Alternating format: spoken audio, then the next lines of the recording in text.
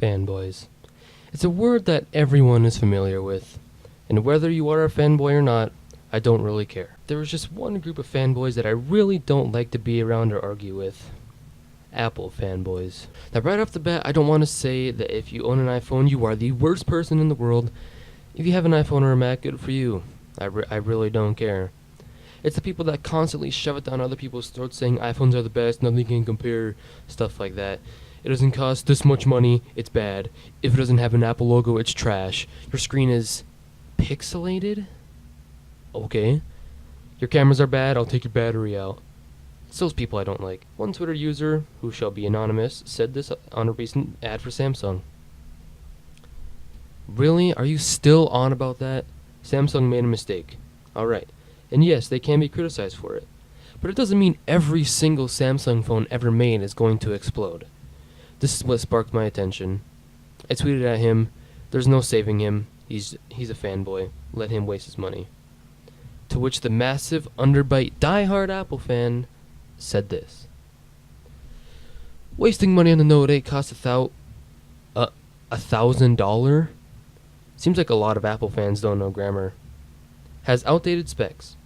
Of course, it would be outdated. It was launched a year ago. You think that a phone released a year ago would still have decent specs? Please. And this is very common among Apple users. Every time I see a meme on Instagram, I see comments saying that along with the lines of, "Shut up before I take your battery out." Which, let me remind you, phones running Android cannot have their battery removed. It's been like that since 2015. And yes, there may be a Chinese retailer that makes it removable, but who buys from them anyway? Then he went on to say that iPhones are anything but underpowered and have the best CPU on the market. Really? I mean, come on, really? The iPhone 6 is underpowered. Now you might be saying, but the iPhone 6 is from 2014. Of course it'd be underpowered. And yes, you may be right, but the iPhone 6 was underpowered at launch. I will leave a form in the description that describes this. He also says that the battery life is so optimized. Oh yeah? Well, take a look at this screenshot. Oh yeah, and wait until August 9th. Then let's see who has the better battery. Then he goes on to say that Androids have a limited camera. And I can't help but laugh at this statement. The Pixel 2 has a better camera than the X. Then when I showed this to him, he turned around saying that camera quality is subjective, because he got told something wrong about his phone, and he couldn't defend himself. Oh, and apparently opening up an app 0.5 faster?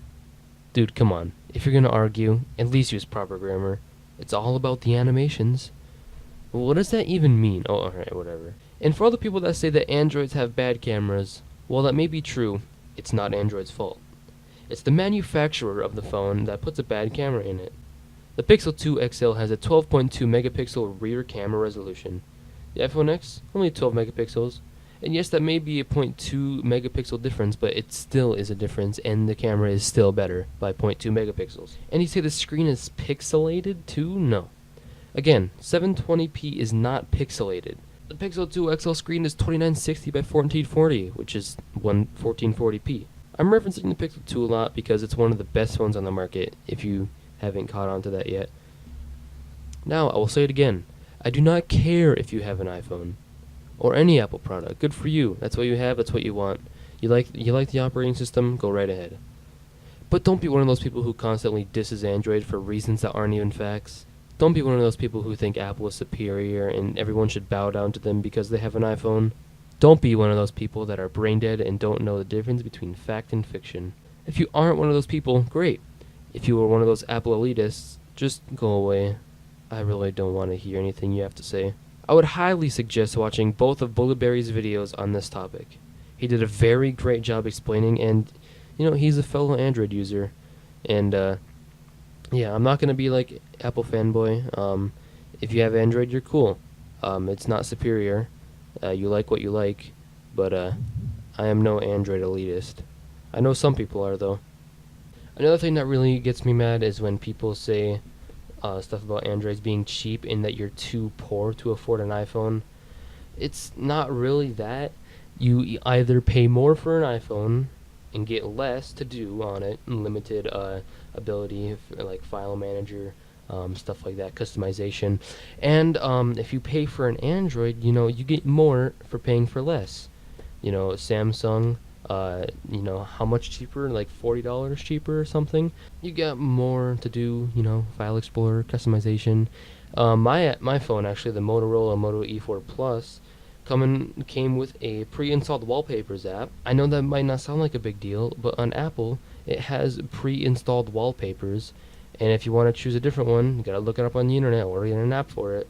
This one's already pre-installed, and I can remove it if I want. I could do anything. It's also much easier to pirate apps on Android. I'm not like saying you should, but if you ever want to get in-app purchases for free, it is very easy. You don't have to root it or anything.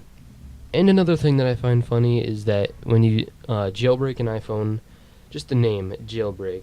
If you really think about it, jailbreak is exactly what it is. iPhones are like in jail. iOS is literally a jail, and you have to break out of jail to do what you want on it. Alright, thank you guys for watching this video. Hope you guys enjoyed. Please be sure to leave a like, comment, subscribe, dislike it if you're an Apple elitist. And yeah, but before I go, remember when Apple slowed down their phones? Yeah, I do too.